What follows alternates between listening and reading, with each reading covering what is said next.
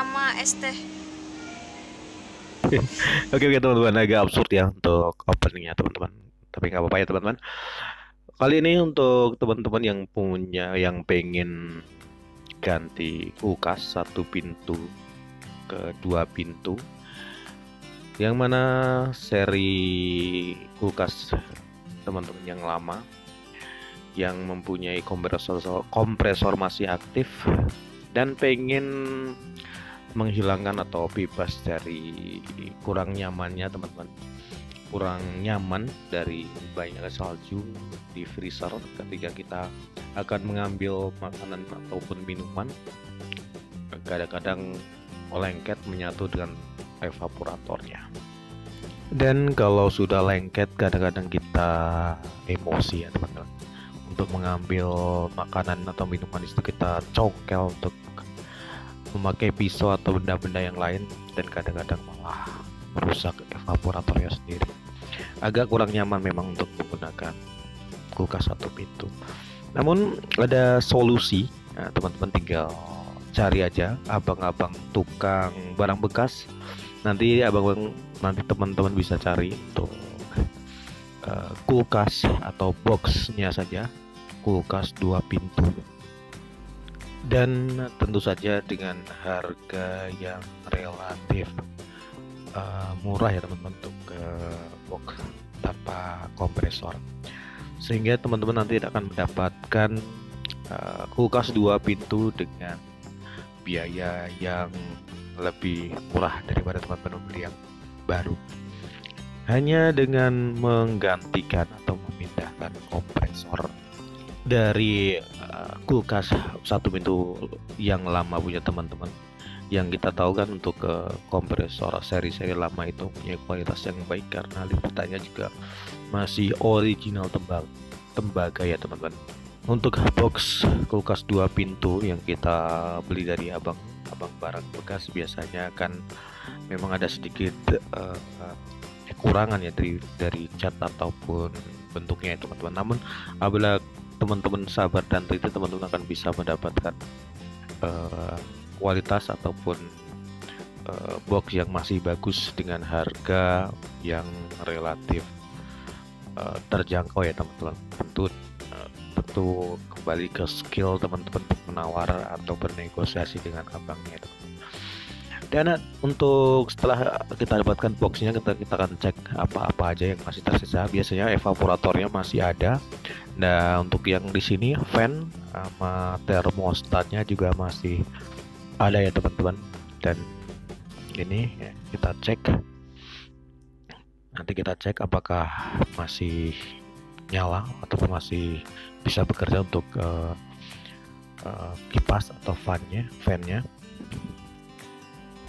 Dan agak ke bawah lagi, ke sisi bawah valve-nya, kita masih bisa lihat ada seng yang melintang. Itu sepertinya adalah heaternya. Nah, kita akan coba cek apakah heaternya masih berfungsi ya teman-teman. Ya, untuk heater masih berfungsi, dan selanjutnya biar aman kita akan pakai timer yang baru, kemudian defrost dan fuse, karena untuk defrost dan fuse-nya di boxnya sudah tidak ada ya teman-teman. Dan selanjutnya kita akan ambil untuk kompresor dari kulkas satu pintu yang lama ya teman-teman. Kita akan coba, pertama kita akan membuang freonnya dengan cara memotong pipanya, dan selanjutnya kita akan ambil dengan kita longgarkan, kita copot dengan bautnya, karena ini lama, versi yang lama atau model lama yang masih pakai tembaga ini masih memakai baut ya teman-teman, baut, dan dan ada sebagian kan pakai seng yang melintang ataupun hanya mengait di kompresornya saja. Dan saking lamanya usia dari kulkas satu pintu ini, ada sebagian bautnya agak susah dicopot ya teman, karena berkarat. Dan karena udah bisa dicopot, kita akan pindahkan, kita tempatkan kompresor satu pintu ini ya ke kompresor ke box yang kosong, yang kulkas dua pintu yang sudah kita siapkan ya teman-teman. Dan selanjutnya adalah memasang kembali kompresor yang dari kulkas satu pintu tadi teman-teman ke sini, dengan cara kembali kita baut dulu ke bodinya. Dan selanjutnya untuk menyambung kembali pipa-pipanya, kita akan mengelas kembali ya teman-teman. Dan jangan lupa untuk dalam proses pengelasan kita kembali cross check untuk pipa-pipanya ada enggak yang kira-kiranya berkarat, takutnya nanti kan itu ada kebocoran untuk ketika diisi freonnya. Dan di cross check kembali untuk sambungan-sambungan yang telah kita las tadi ya teman-teman. Jadi setelah semuanya oke, kita akan masukkan atau kita akan melakukan pengisian refrigeran atau freonnya dengan menyalakan kompresornya dengan kita alih listrik, karena tadi untuk kabelnya juga udah nyangkut ya teman-teman, tidak ada perubahan untuk pengkabelannya. Jadi langsung kita nyalakan dan kita isi refrigerannya. Kalau untuk refrigeran kita teman-teman akan kita sesuaikan dengan spesifikasi dari kulkas itu sendiri, nanti ada di label belakang biasanya. Nah ini teman-teman untuk evaporatornya di bagian atas depan ya teman-teman. Ini udah bersalju dengan rata, udah keluar salju ya teman-teman. Nah ini menunjukkan kalau nggak ada masalah dengan pipa-pipanya. Jadi untuk refrigerannya mengalir sempurna ya teman-teman. Dan selanjutnya setelah pipa-pipanya oke, refrigerannya mengalir sempurna dan salju yang dihasilkan juga relatif waktu singkat dan rata. Nah, lalu kita akan memasang kembali untuk heater, fuse dan defrostnya.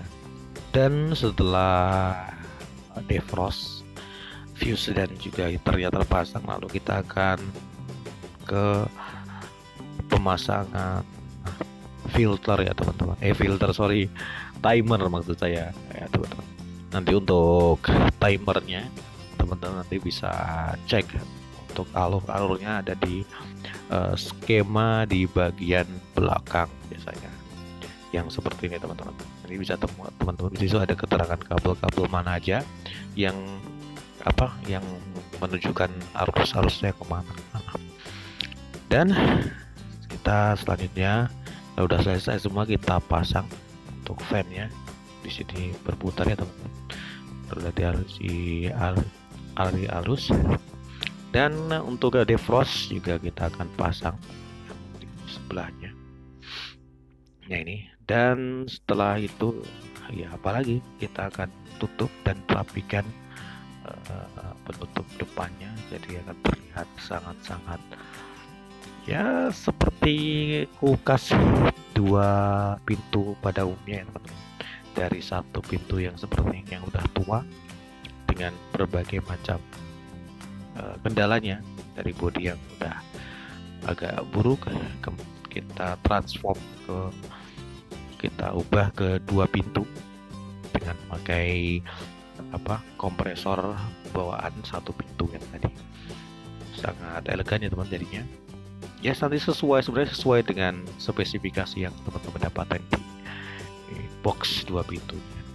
Jadi teman-teman nanti nggak perlu lagi nggak akan menemukan lagi salju yang nempel di freezer seperti ini.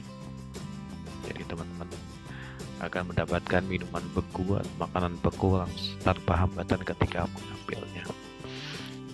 Dan juga teman-teman tidak akan perlu lagi meluangkan waktu 2 minggu sekali untuk mencairkan bunga es dan dengan menunggu beberapa jam. Dan juga dengan metode ini teman-teman akan menghemat biaya yang tadi teman-teman harus membeli kulkas baru. Mungkin teman-teman nanti akan bisa alihkan untuk beli laptop ini teman-teman semuanya. Dan yang pasti kita bisa kenal adanya bapak-bapak atau teman-teman barang bekas yang sangat berjasa untuk kita. Oke teman-teman, terima kasih dan salam adem ayem.